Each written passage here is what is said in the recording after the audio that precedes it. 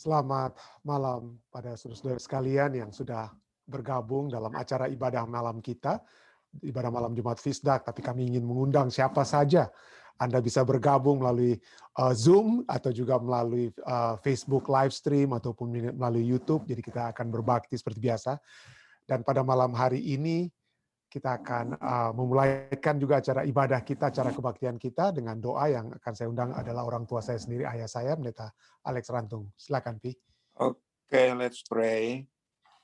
Tuhan, Bapa yang bertakhta dalam kemuliaan surga, pada malam ini ya Tuhan, kami sangat bersyukur dan berterima kasih. Tuhan telah memberkati kami sepanjang hari ini, hingga pada malam untuk mendengarkan dan mengikuti pelajaran sekolah Sabat yang sangat penting, yang mengemukakan hal-hal yang sangat penting mengenai hamba-hamba Tuhan. Terlebih Yesus Kristus, yang sebagai Tuhan dan Juru Selamat kami, yang telah merendahkan diri, bahkan mati atas bukit Golgota demi keselamatan kami. Dan Yesus telah berjanji akan sediakan tempat bagi kami, akan segera kembali untuk menjemput kami pulang ke rumah, ke surga, ke tempat yang Tuhan telah sediakan. Terima kasih Tuhan, berkatilah Pendeta Stephen Rantung dapat menyampaikan pekabaran yang penting pada malam hari Kamis malam ini, agar dapat membawakan sesuai dengan tuntunan Roh Kudus, untuk dapat kami semua yang mengikuti dapat memahaminya, dan dapat menerima pekabaran firman Tuhan yang indah, yang dibawakan pada malam hari ini. Terima kasih ya Bapa, di dalam nama Yesus kami berdoa. Amin. Amin. Amin. Terima kasih banyak. Terima kasih, Vi. Baik, saudara sekalian, seperti biasa kita akan mempelajari pelajaran sekolah Sabat kita dengan saya akan membagikan pelajaran kita, dan ini menjadi satu dasar daripada ibadah kita atau yang akan menjadi pelajaran yang akan kita pelajari dalam acara ibadah kita. Malam hari ini kita membahas tentang hamba yang merasakan dan menderita. Hamba yang merasakan dan menderita. Mari kita lihat langsung ya. Siapa hamba ini? Apakah ini bangsa Israel atau siapa dia? Kita sudah sempat singgung waktu lalu hamba yang tidak diketahui namanya, tapi kita akan kembali mengulangi yang menderita ini siapa ini? Yang merasakan dan menderita. Siapakah hamba Allah dalam Yesaya 49 ayat 1 sampai 12?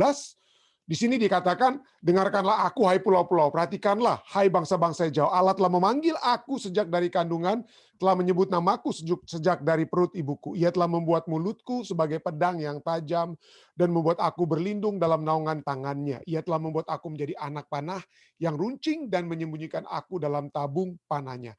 Ia berfirman kepadaku, engkau adalah hambaku Israel. Wah, jadi kalau ini demikian, ya hamba ini berarti bangsa Israel ya mungkin ya.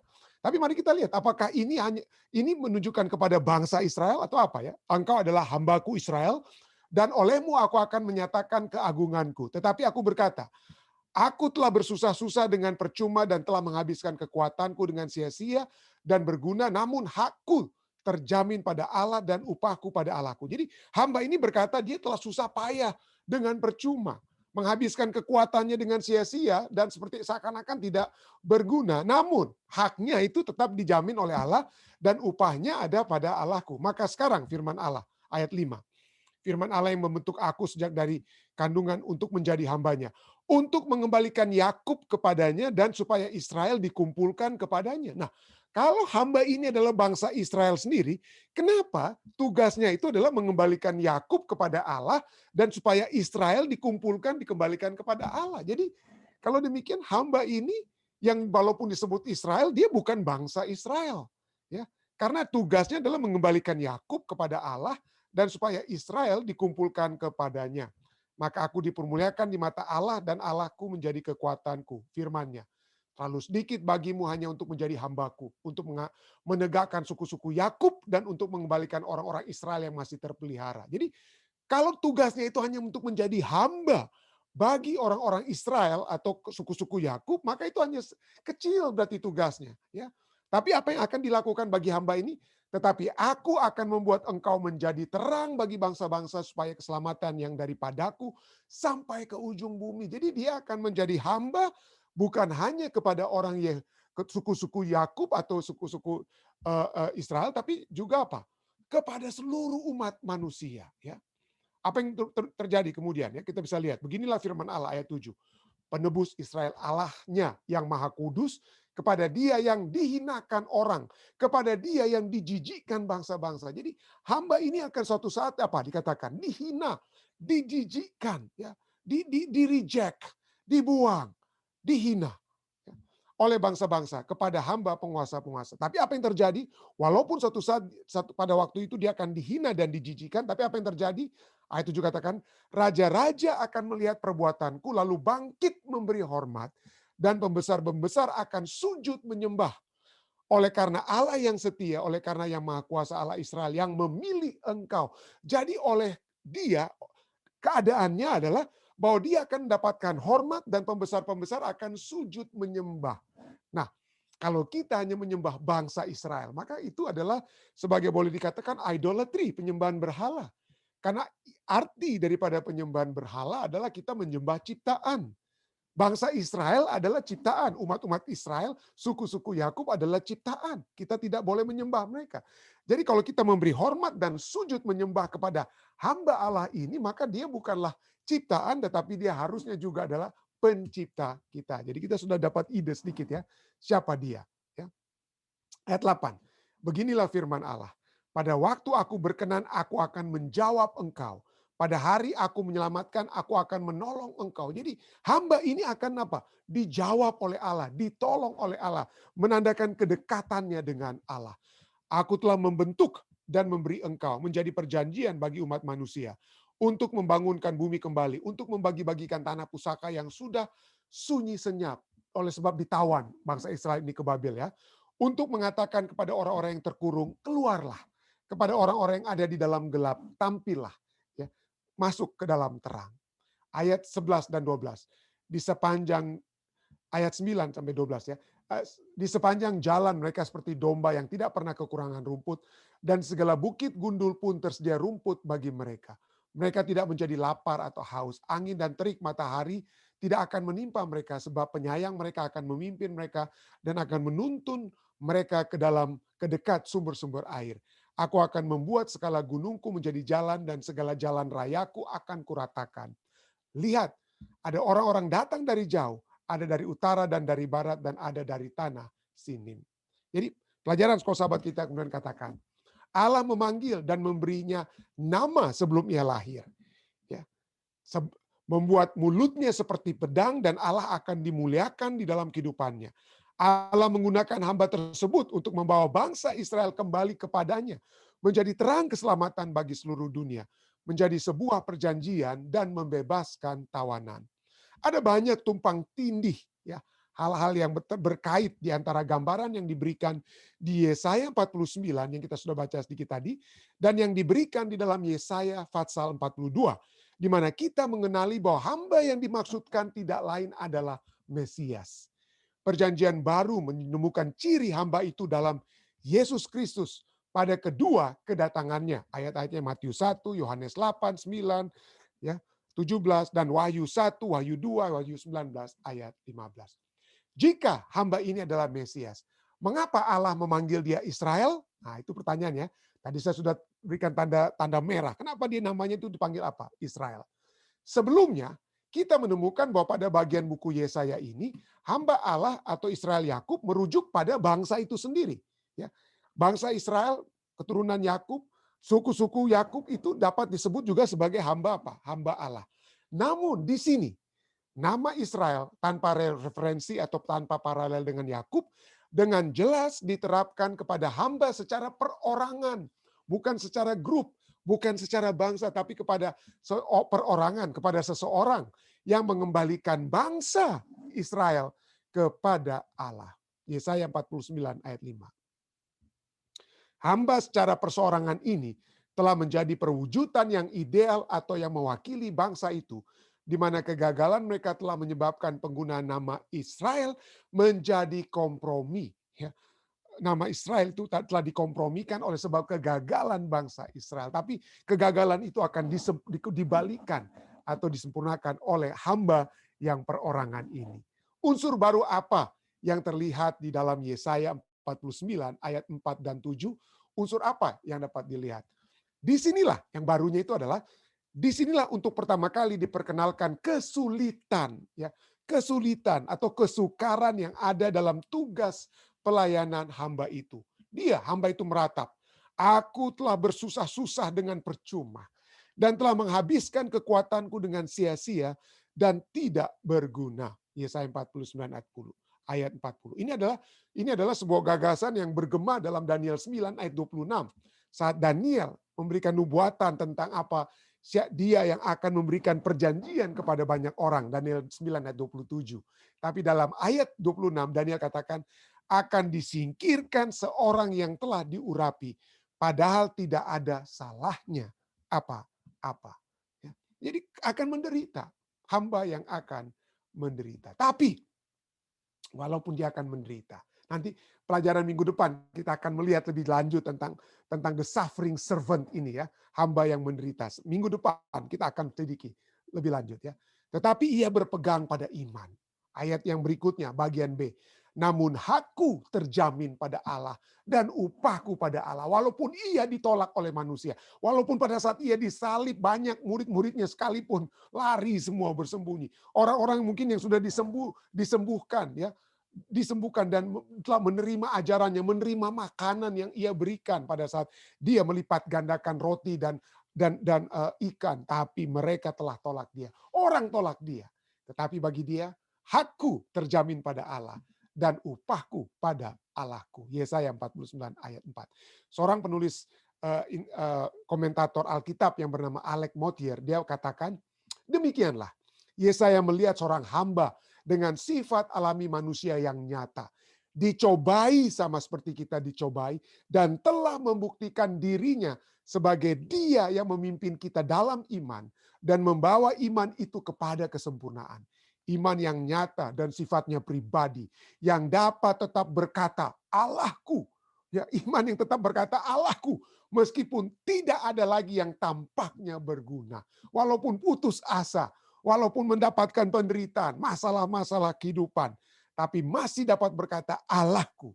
Maka itulah salah satu ciri khas hamba Allah yang ada di dalam Yesus Kristus. Yesaya 49 ayat 7 sangat mengejutkan. Hamba itu sangat dihina, dijijikkan bangsa-bangsa, hamba para penguasa-penguasa. Namun Allah berkata kepadanya, raja-raja akan melihat perbuatanku, lalu bangkit memberi hormat, dan pembesar-pembesar akan sujud menyembah, oleh karena Allah yang setia, oleh karena yang maha kudus, Allah Israel yang memilih engkau. Kenapa juru selamat kita itu dihina? Kenapa juru selamat kita itu dijijikkan bangsa-bangsa? Dianggap sebagai yang terendah, hamba, budak oleh para penguasa. Dia tidak ada dia diarti. Kenapa? Kenapa banyak orang Israel pada umumnya ya, orang Yahudi hingga saat ini menolak Mesias. Ya, nanti kita akan lihat ya. Renungkan kembali pelayanan Kristus dari awal hingga akhir. Apakah dia tidak memiliki alasan untuk putus asa? Ditolak, ditolak, ditolak. Namun dia tetap setia. Menderita bahkan harus mati di kayu salib. Kematian yang sangat terendah. Terendah, kematian yang sangat terendah. Tidak ada kuburan. Orang-orang zaman dahulu itu kalau orang-orang kaya sedikit atau bukan kaya saja, yang sudah punya keluarga, mereka punya liang kubur yang sudah untuk keluarga mereka masing-masing. Tetapi Yesus harus apa? Ada orang volunteer yang menyediakan kuburannya bagi Yesus. Tidak ada apa-apanya. Dia memiliki banyak alasan untuk putus asa, namun dia tidak putus asa. Dia tetap setia, tanpa peduli apa yang akan terjadi di sekelilingnya. Pelajaran apakah yang dapat kita ambil agar dapat melakukan hal yang sama, tanpa peduli apa yang terjadi di sekeliling kita. Kenapa bangsa Israel atau umat Yahudi saat ini menolak Yesus? Karena bagi mereka juru selamat itu pemenang. Pemenang itu bukan lahir dari Nazaret, bukan lahir dari kota kecil, tapi dia harus lahir dari seorang anak raja. Seperti konsep pemenang bagi kita. Siapa yang kita anggap pemenang itu? Siapa itu superhero yang kita agung-agungkan seperti Batman, Superman, dan lain-lain sebagainya. Itu adalah mereka yang walaupun awal-awalnya seakan-akan mati, tapi nggak pernah mati-mati. Hidup kembali seperti Superman, seperti Wonder Woman, dan lain sebagainya. Ya, yang seperti di film-film komik Marvel dan lain sebagainya. Nggak ada mati-matinya. Nggak ada mati-matinya. Kita mengagungkan kekuatan manusia. Olimpiade, itu yang kita banggakan orang yang bisa paling cepat, paling tinggi lompat, paling jauh dia punya apa? Lompat tertinggi, tercepat, terjauh. Kita agungkan segala sesuatu. Dan kalau menderita, waduh, nggak adalah. Nggak. Kita tidak akan menghormati orang yang menderita. Kita tidak menghormati orang yang miskin. Kita tidak menganggap kalau orang itu tidak ada apa-apanya. Tidak dianggap. Dan Yesus adalah si dia yang tidak ada apa-apanya. Hamba yang menderita. Yesaya 49 ayat 4 dan 7 dan 9 katakan, hamba menderita yang secara tidak adil. Hamba yang menderita secara tidak adil walaupun dia berdoa dan menunggu Tuhan. Tapi dia apa? Menderita. Tuhan, tapi Tuhan mendengar. Yesaya 49, 8 bagian A katakan apa? Tuhan mendengar dan membantu dia. Jadi yang mendengar dan membantu dia bukan manusia. Bukan siapa-siapa, tapi Allah. Tuhan, ayat yang berikutnya, Tuhan melindungi dia dan menetapkan dia sebagai perjanjian untuk memulihkan bangsa-bangsa. Jadi kemuliaan dia bukan kemuliaan apa? Manusia. Bukan kemuliaan manusia, bukan kemuliaan superhero seperti Batman, seperti Superman, seperti pemenang Olimpik, bukan. Tapi yang memuliakan dia adalah Allah yang di surga. Tetapi melalui dia, Yesaya 49 ayat 9 sampai 12, bangsa-bangsa dipulihkan. Hamba yang menderita. Ada satu kisah yang menarik ya. Satu kisah yang menarik yang tertulis dalam Yohanes 12. Ya, Yohanes 12 ayat 20.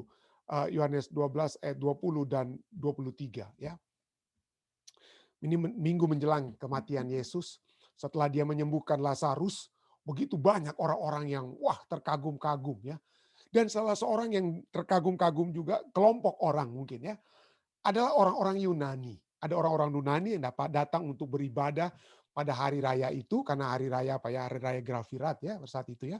Dan di antara mereka, Yohanes 12 ayat 20-23 katakan, di antara mereka yang berangkat untuk beribadah pada hari raya itu terdapat beberapa orang Yunani. Orang-orang itu pergi kepada Filipus yang berasal dari Betsaida di Galilea, lalu berkata kepadanya, Tuhan, kami ingin bertemu dengan Yesus. Saya pernah khotbahkan ini ya. Ya pernah waktu lalu ya saya khotbahkan tentang peristiwa ini. Kami ingin bertemu dengan Yesus, kami ingin selfie dengan Yesus. Ya, kami ingin melihat si dia yang begitu hebat sedang menjadi viral, tokoh viral saat ini yang diperbincangkan oleh orang banyak. Ayat 22. Lalu Filipus memberitahukannya kepada Andreas. Andreas dan Filipus menyampaikan pula kepada Yesus. Jadi orang-orang yang ingin hanya untuk melihat Yesus. Tuhan, kami ingin bertemu. Kami ingin apa? Kami ingin mengambil selfie dengan Yesus. Dengan kata lainnya. Tapi apa yang Yesus katakan? Tetapi Yesus menjawab mereka katanya, telah tiba saatnya anak manusia dimuliakan. Kenapa mereka ingin bertemu dengan Yesus? Tiba-tiba Yesus berbicara tentang saatnya telah tiba. Kalau kita lihat sebelumnya, sebelum Yohanes 12, atau sebelum kisah menjelang kematian Yesus di minggu terakhir, berkali-kali pada saat misalnya dimulaikan pada saat Yesus mau diminta oleh ibunya untuk apa ya? Untuk mengatasi masalah di pernikahan di Kana di mana tidak ada lagi anggur untuk dapat disajikan kepada tamu-tamu. Yesus katakan apa? Saatnya belum tiba. Dan berkali-kali Yesus katakan saatnya belum tiba, saatnya belum tiba, saatnya belum tiba. Dan ini kali pertama Yesus berkata apa? Telah tiba saatnya. Saatnya berarti apa? Jadi waktu dia merubah air menjadi anggur, itu belum saatnya dia dimuliakan. Yesus tidak dimuliakan pada saat dia mengadakan mujizat. Yesus tidak dimuliakan pada saat dia menyembuhkan si ini dan si itu. Ya, atau merubah air menjadi anggur, bukan. Tapi saat ini Yesus katakan apa? Telah tiba saatnya anak manusia dimuliakan. Kapan? Dan bagaimana Yesus dimuliakan? Ya, kalau kita lihat sesudah itu, satu mujizat terakhir yang Yesus sudah buat sebelum dia disalibkan hanyalah pada saat dia Maltus punya telinga, dia apa? Dia sambung kembali. Ya, tetapi itu bukan satu mujizat yang hebat seperti dia berjalan di atas air. Ya, atau membangkitkan orang mati. Itu bukan satu mujizat yang hebat.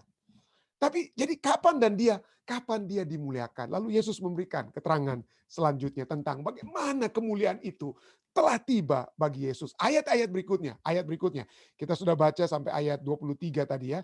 Saatnya anak manusia dimuliakan. Nah, ini ayat 24 sampai 26 Yesus berkata, "Aku berkata kepadamu, sesungguhnya jikalau biji gandum tidak jatuh ke dalam tanah dan mati, ia tetap satu biji saja. Tetapi jika ia mati, ia akan menghasilkan banyak buah. Barang siapa mencintai nyawanya, ia akan kehilangan nyawanya. Tetapi barang siapa tidak mencintai nyawanya di dunia ini, ia akan memeliharanya untuk hidup yang kekal. Barang siapa melayani aku, ia harus mengikuti aku, dan di mana aku berada, di situ pun pelayanku akan berada. Barang siapa melayani aku, ia akan dihormati Bapa." Wah, puji Tuhan ya, kita dipanggil untuk melayani Tuhan ya. Dalam hal apa kita melayani Tuhan? Ya. Dalam hal apa kita disebut sebagai pelayan-pelayan Tuhan? Untuk dihormati oleh Bapa. Ya. Apakah untuk mengadakan mujizat? Untuk berkhotbah di atas bukit? Atau apa? Ini Yesus sedang berbicara tentang apa? Tentang kematian. Ya. Ini berbicara tentang kematiannya. Dan apabila kita melayani Yesus ayat 26, maka kita harus dapat juga mengikuti dia dalam kematian. Di dalam penderitaannya. Tetapi ketahuilah, di dalam penderitaan itu kita mendapatkan kehidupan. Kalau kita mati hanya untuk diri kita sendiri, maka kita hanya satu.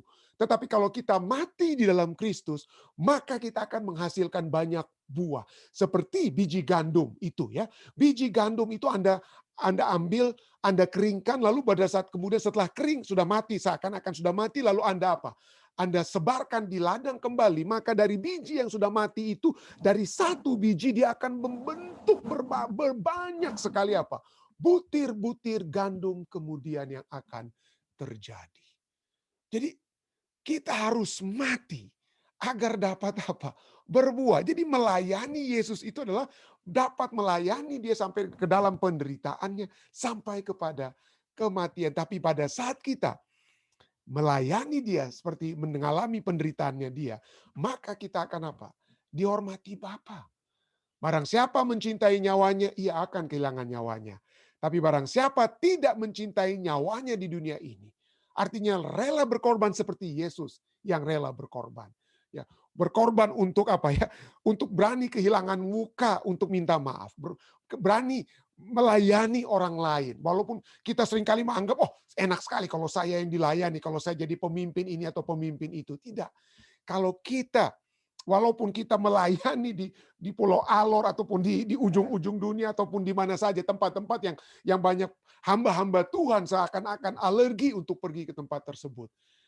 Tapi apabila kita melayani seperti Yesus yang melayani, dihina seperti Yesus dihina, dijijikkan seperti Yesus yang dijijikkan, maka kita akan mati tetapi memberikan kehidupan. Kerinduan segala zaman halaman 256 bagus sekali ya. Kerinduan segala zaman. Halaman 256 katakan, dengan kebenaran ini sesuai dengan ayat tadi ya, sesuai dengan Yohanes 12. Ini komentarinya ya. Dengan kebenaran ini, Kristus menghubungkan pelajaran pengorbanan diri yang harus dipelajari oleh semua orang. Semua orang yang mau berbuah sebagai pekerja bersama-sama dengan Kristus harus mula-mula jatuh ke tanah dan mati. Hidup harus dicampakkan ke dalam alur keperluan dunia. Ya, harus dicampakkan ke dalam alur keperluan dunia. Cinta akan diri sendiri, memikirkan kepentingan diri sendiri harus binasa. Dan hukum pengorbanan diri adalah hukum pemeliharaan diri. Kita pikir, wah saya akan memelihara kehidupan saya. Kalau saya bisa jadi orang kaya, kalau saya bisa jadi pegang posisi ini, pegang posisi itu, itulah pemeliharaan diri, pemeliharaan keluarga. Tapi menurut firman Tuhan, katakan apa? Mati untuk dapat hidup, mati untuk dimuliakan, melayani seperti Yesus. Jadi dengan kata lain, hukum pengorbanan diri adalah hukum pemeliharaan diri. Lebih lanjut, dikatakan, petani memelihara gandumnya dengan jalan mencampakkannya. Itu dipelihara, gandum itu tidak akan mati-mati. Kalau gandum itu tidak dicampakkan ke tanah, paling tikus yang akan makan. Tikus ataupun rayap yang akan habiskan. Tapi pada saat gandum tersebut dicampakkan ke tanah, maka dia akan bertumbuh. Ya. Demikian juga dalam kehidupan manusia. Memberi berarti hidup. Hidup yang akan dipelihara ialah hidup yang diberikan dengan bebas dalam pelayanan kepada Allah dan manusia. Hidup yang bebas bukan hidup yang apa? Yang hanya simpan. Hidup yang dipelihara ialah hidup yang diberikan dengan bebas dalam pelayanan kepada Allah dan manusia. Mereka yang untuk nama Kristus mengorbankan hidup mereka dalam dunia ini akan memeliharanya sampai kepada hidup yang kekal. Hidup yang digunakan bagi diri sendiri adalah seperti gandum yang dimakan. Gandum itu lenyap dan tidak bertambah banyak. Seorang dapat mengumpulkan segala sesuatu yang dapat dikumpulkannya bagi diri sendiri. Ia dapat hidup dan berpikir dan merencanakan untuk dirinya sendiri. Tetapi hidupnya berlalu dan ia tidak mempunyai apa-apa. Hukum melayani diri sendiri adalah hukum membinasakan diri sendiri. Tapi bagaimana supaya kita dipelihara hidup kita untuk dimuliakan pada saat kita mengorbankan diri kita. Hukum pengorbanan diri adalah hukum pemeliharaan diri, dan di sini katakan hukum melayani diri sendiri adalah hukum membinasakan diri sendiri. Saya berdoa kiranya kita dapat juga mengingat Yohanes 15 ayat 20 yang berkata, ingatlah apa yang telah kukatakan kepadamu, kata Yesus. Seorang hamba tidaklah lebih tinggi daripada tuannya.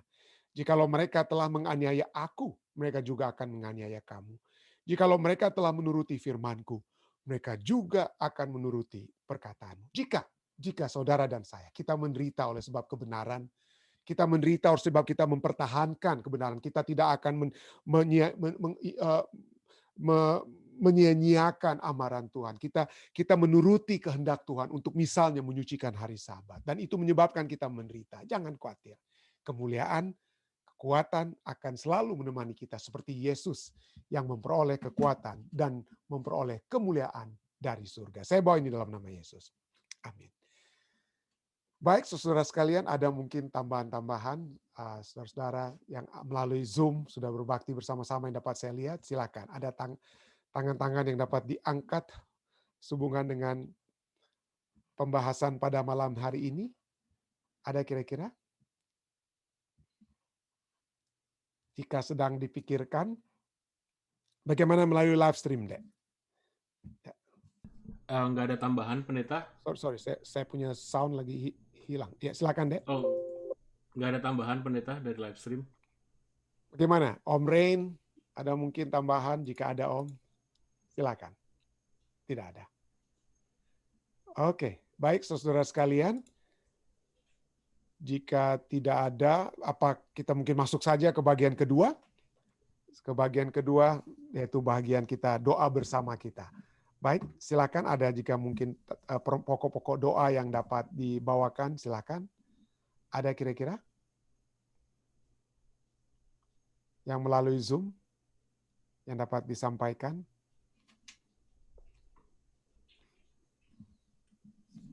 Jika tidak ada, mungkin melalui live stream, Dek. Ada permintaan doa dari Ibu Nona Makelu. Oke, Tante Nona Rumandi ya. Oh ya, katanya tetap tolong doakan dalam pemulihan kesehatan, Pendeta. Dan juga dari keluarga lelaki senior tetap silent request-nya. Oke. Ada lagi yang lainnya, saudara sekalian? Mungkin kita bisa doakan Om Roy yang kemarin malam dari Tante. Oh iya. Ibu Ellen ya. Yeah. Ibu Ellen, suami daripada Ibu Ellen ya, Bapak Roy dalam proses pemulihan ya di Colorado. Baik, mudah-mudahan saudara-saudara yang ada di Colorado tetap sehat-sehat, tetap kuat. Saya tahu hari ini snow turun cukup lebat ya di Colorado ya. Mudah-mudahan semuanya tetap sehat, tetap kuat, dan mendapatkan perlindungan Tuhan.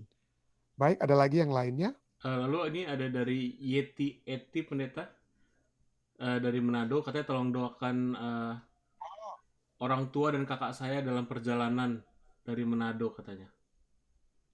Yeti Eti. Ini saudari Yeti Kuat mungkin, kalau nggak Oh salah. iya, Kalau nggak ya salah. Yeti Kuat. Oh, oke, oke. Jadi bagaimana, siapa yang dalam perjalanan? Keluarga Kuat Lasut. Perjalanan kemana? Dalam perjalanan dari Toli-Toli ke Manado. Oh, ini keluarga Lasut ya? Kuat Lasut, iya. Katanya orang tua dan kakak saya keluarga Kuat Lasut. Oh, oke, Kuat Lasut. Oke. Selamat bergabung ya, selamat bergabung Yeti. Puji Tuhan kita dapat bersama-sama. Saya tidak sempat melihat Yeti di Facebook Live, yang tidak sempat saya tidak bisa melihat di situ ya. Saya cuma bisa lihat yang di Zoom, tapi saya puji Tuhan Yeti bisa berbakti bersama-sama kita. Baik, ada lagi saudara lainnya ya? Lalu dari Om Didi katanya tolong doakan anak-anak mereka yang sedang lagi studying, pendeta. Oh, oke, dalam waktu lalu sedang ujian juga ya, Iya. mudah-mudahan. Oke. Baik, ada lagi yang lainnya? Silent request yang sama pendeta seperti malam-malam sebelumnya dari keluarga Evangelo, lalu dari Tante Ike, dan dari Ibu Pendeta Paruntu. Oke. Ya. Baik. Terima kasih. Jika tidak ada lagi, ya. Jika tidak ada lagi, mari kita dari Zoom ada kira-kira? Jika tidak ada lagi, mari kita bersatu dalam doa. Sekali lagi kami datang memuji dan membesarkan nama-Mu Tuhan atas kekuatan yang Engkau sudah berikan. Bagaimana Engkau telah mengirimkan anak-Mu yang tunggal, Yesus Kristus, yang telah menjadi juru selamat kami, yang telah ditolak oleh manusia, tetapi oleh sebab itulah kami yang seharusnya ditolak, kami dapat diterima di dalam kerajaan-Mu untuk hidup di masa kekekalan bersama-sama dengan Engkau. Terima kasih Tuhan, terima kasih atas pengorbanan-Mu. Dan kiranya kemuliaan yang sudah Engkau nyatakan ini Tuhan, dapat menjadi bahagian kami semua. Kemuliaan pada saat kami tidak melihat penderitaan-penderitaan kami yang kami alami dalam dunia ini sebagai sesuatu hal yang membuat kami putus asa. Tetapi kami dapat melihat satu teladan yang Yesus sudah buat, di mana melalui teladan tersebut Tuhan, kami memperoleh kekuatan. Sama seperti Yesus yang walaupun dihina, dijijikkan oleh manusia, tetapi Engkau sudah memberikan kekuatan-Mu kepadanya. Dan kami percaya kekuatan yang sama juga akan menjadi bagian kami semua. Saat ini Roh Kudus yang akan selalu menuntun kami, menghibur kami, membawa kami kepada satu kesempurnaan iman, yaitu iman di tengah-tengah penderitaan sekalipun. Tidak ada di antara kami Tuhan yang terlepas dari penderitaan. Tidak ada dari kami yang terlepas daripada pencobaan, tetapi seperti Yesus yang sudah dicobai, seperti manusia, dia juga memiliki kemenangan demi kemenangan, dan kami rindu. Kami rindu memperoleh kemenangan tersebut bukan karena kami yang kuat, bukan karena kami memiliki kuasa yang besar, tetapi oleh sebab kuasa Allah yang menyertai kami, kuasa Roh Kudus, kuasa Yesus Kristus, kuasa Allah Bapa yang memberikan kekuatan sehingga kami di tengah-tengah penderitaan sekalipun Tuhan dapat memiliki damai, dapat memiliki kemenangan. Pada saat ini Tuhan kami datang bersyukur karena kami dapat berbakti bersama-sama dengan seluruh umat-umat Tuhan yang sudah berbakti, baik seperti Ibu Lucy dan Tante Yulin Walean yang berbakti bersama-sama dari California. Kami bersyukur Tuhan, kiranya kekuatan surga dapat terus menjadi bagian Ibu Lucy dan Tante Yulin Walean. Kami juga terus bersyukur karena Om Rain dan Tante Evelyn dapat berbakti bersama-sama kami dari Washington State. Kami bersyukur kiranya Tuhan juga menyertai ayah hamba-Mu Tuhan, Papi dan Mami yang berbakti dari South Carolina. Dan juga kami bersyukur karena umat-umat Tuhan yang di Colorado juga dapat berbakti bersama-sama pada malam hari ini. Walaupun pada hari ini mereka mengalami juga badai salju. Tuhan, biarlah kekuatan surga selalu menjadi bagian umat-umat Tuhan yang selalu berbakti bersama-sama. Bagi Tante Eta, Om Berni, bagi Saudara Teron, bagi keluarga daripada Ellen, khususnya Roy yang pada saat ini kami ingin bawakan ke dalam tangan kasih-Mu, dalam keadaan sakit dan pemulihan dari surga. Kiranya dapat menjadi bahagian Roy. Tuhan akan juga menyertai Ellen dan dalam segala usaha-usaha kehidupannya sehari-hari. Tuhan akan selalu berkati Ellen. Tuhan berkati dan memberikan selalu kekuatan, hikmat, akal budi kepada Ellen dan juga kepada Roy. Kami juga berdoa bagi Ibu Eli Cherry yang selalu juga mendoakan keluarganya dan sahabat-sahabatnya seperti Bapak Huan. Kami berdoa kiranya kekuatan surga selalu menjadi bagian Ibu Eli Cherry. Kami juga terus berdoa bagi Ibu Jane, Tante Omi. Kami juga berdoa bagi Santi, juga Sander dalam pendidikannya. Kiranya Tuhan akan selalu menyertai mereka. Juga Glory dan keluarganya. Glory, kami berdoa kiranya penyertaan surga akan selalu menjadi bagian mereka. Kami juga berdoa bagi Ibu Paruntu di Colorado juga pada saat ini. Proses pemulihan yang dapat kiranya menjadi bahagiannya. Kiranya itu dapat menjadi satu sukacita yang besar bagi kami semua. Kami juga dapat bersyukur Tuhan dapat berbakti bersama-sama dengan umat-umat Tuhan yang ada di Indonesia. Dengan Ibu Marta Lam yang selalu juga mendoakan keluarganya. Kami juga berdoa khususnya bagi Yeti Kuat yang juga pada malam hari ini waktu Amerika pagi, waktu Indonesia sudah berbakti bersama-sama. Kami berdoa Tuhan, kiranya Tuhan selalu memberikan kekuatan iman, kemenangan demi kemenangan rohani yang akan selalu menjadi bagian Yeti. Dan pada saat ini kami mendoakan juga keluarga daripada Yeti, keluarga Kuat Lasut yang dalam perjalanan dari Toli-Toli ke Manado. Kiranya Tuhan menyertai perjalanan mereka dan tibakan mereka dengan selamat. Kami juga datang Tuhan mendoakan keluarga daripada saudara Didi Sebedius. Kami berdoa bagi anak-anaknya yang sedang menimba ilmu pada saat ini. Tuhan berikanlah kepada mereka hikmat, kebijaksanaan dari surga. Sehingga anak-anak ini akan berhasil dalam kehidupan mereka. Juga bagi saudara-saudari kami lainnya yang memiliki permohonan-permohonan doa pribadi mereka seperti Ike Lintang, saudari Ike Lintang. Tuhan mengetahui kebutuhannya, Tuhan dapat memberikan selalu kekuatan kepada saudari Ike dan rancangan-rancangan surga yang dapat terjadi kepadanya dan juga kepada anaknya dan semua masa depan yang Tuhan sudah siapkan bagi mereka.